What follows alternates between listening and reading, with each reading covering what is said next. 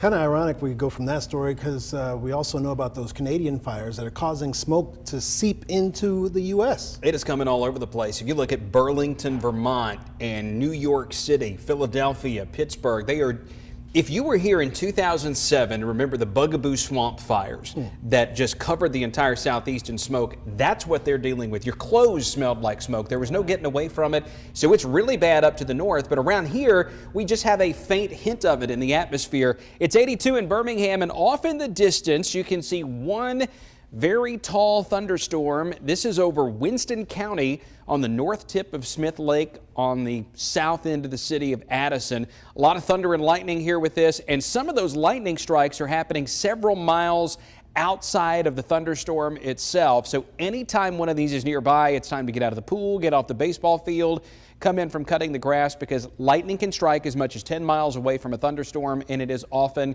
the biggest killer when it comes to weather this time of year. That heavy storm will start to dissipate. There are a few others around Blount County. Got one just down to the southeast of Cherokee County over western Georgia, close to Floyd County, and then a few others may start developing here and there. I think we got about an hour and a half where an additional storm or two may develop, and where they form, they can drop a lot of rain in a very short period of time. But where we are seeing the smoke, it's suppressing thunderstorm activity. You can see it here over Tennessee in the visible imagery. This cloud that looks like it's just sitting still, that's the smoke and haze that's stuck over Missouri, Illinois, Kentucky, and Tennessee. It's being pulled south because of a strong area of low pressure up here around Halifax.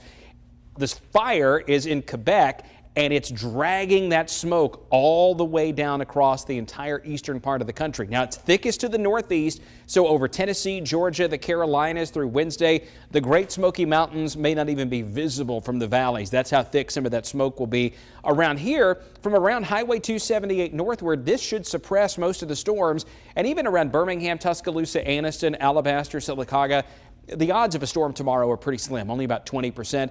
Farther south, closer to Montgomery, down toward Evergreen, a better chance of some downpours on Wednesday. Low chance of a shower, limited number of them tomorrow. A better chance of some storms around on Thursday, and then no rain at all as drier air comes in on Friday and Saturday. And some of that rain or some of that drier air may end up helping to bring some more smoke into the area too. 70 by tomorrow morning, 87 by mid-afternoon tomorrow. I think we have a high close to 91 on Wednesday. Thursday, the high at 88. Friday, lower humidity. Still fairly hot and dry in the afternoons, but these mornings are going to feel good going into the weekend. Sunday, we get another chance of locally heavy storms, and Sunday night into Monday could bring some fairly widespread rain, and then more scattered storms are likely toward next Tuesday.